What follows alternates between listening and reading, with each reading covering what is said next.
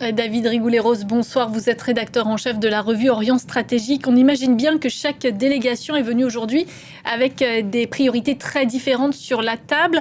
Mais on a vu cet optimisme affiché des deux côtés. Est-ce qu'on peut dire que jusqu'ici tout va bien ? Non, c'est compliqué, évidemment, et on s'en doute, vu l'ampleur des enjeux qui sous-tendent ce type de négociation, ça peut pas être un long fleuve tranquille. Et vous avez évoqué les déclarations de Donald Trump, celles des gardiens de la Révolution relatives à une éventuelle refermeture du Détroit. Donc on voit bien qu'on est dans une stratégie de la tension. Il s'agit de peser sur le processus de négociation. Mais la chose la plus importante est ailleurs. C'est que manifestement, les deux délégations négocient de manière sérieuse. Elles sont pas là pour faire de la figuration. C'est vraiment les points cruciaux qui vont être abordés. Tout ne sera pas rendu public, mais manifestement, c'est historique selon la formule de J.D. Vance pour une raison simple, c'est que c'est la première fois que les deux délégations se rencontrent face-to-face pour négocier directement, plus par intermédiaire, avec même un visuel, même s'il n'y a pas de poignée de main, mais il faut pas aller trop loin non plus.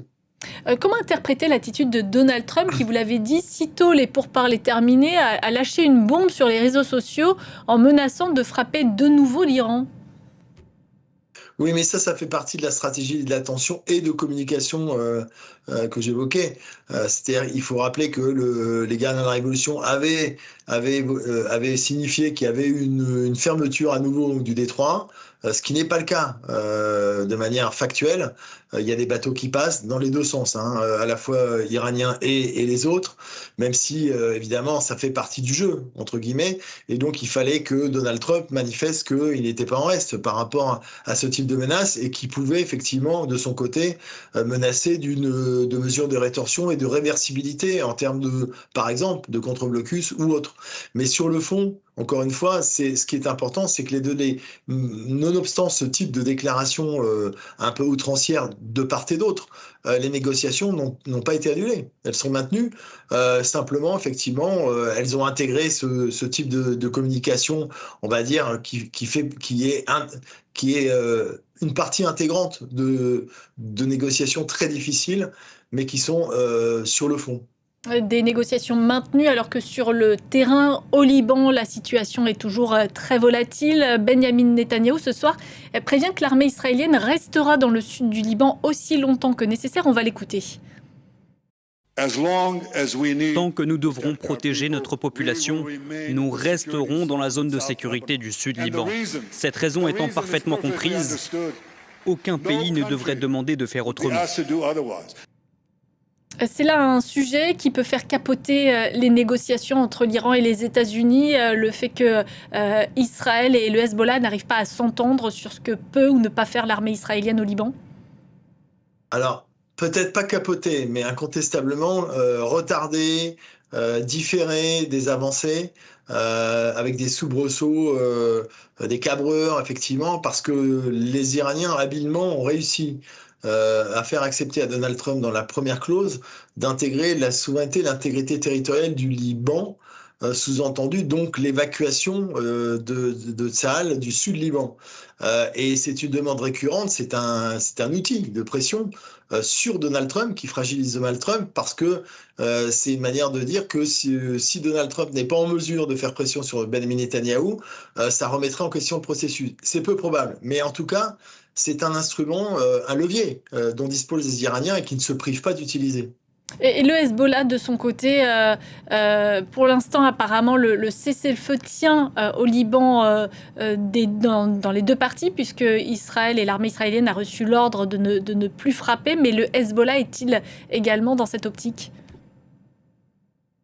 Alors, ce qui est acté manifestement sur le terrain, c'est qu'il n'y a pas de retrait des forces de Tsahal. En revanche, il y aura un cessez-le-feu qui a été explicitement demandé par Donald Trump à Benjamin Netanyahou. Et il est vraisemblable que du côté iranien, la contrepartie, c'est effectivement l'absence de tir du Hezbollah sur le sud-Liban et encore au nord d'Israël, qui justifierait pour les Israéliens une réplique automatique. Donc on est sur une ligne de crête de ce point de vue-là, mais manifestement les deux parties sont conscientes que si on ne veut pas hypothéquer des avancées dans le processus de négociation, il faut que chacun puisse faire pression là où il est en mesure de le faire.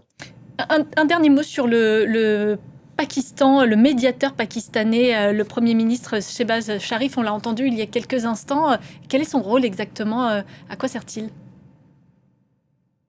Le Premier ministre, il est le Premier ministre d'un gouvernement, mais effectivement, celui qui a le vrai pouvoir, c'est le maréchal, qui est très bien vu du président Donald Trump. Il s'entend très bien manifestement avec lui.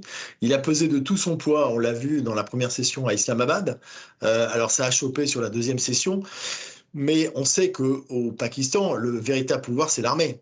Donc c'est effectivement, c'est pas le Premier ministre directement, même si le Premier ministre est la façade politique, effectivement, du gouvernement pakistanais et du Pakistan à l'étranger.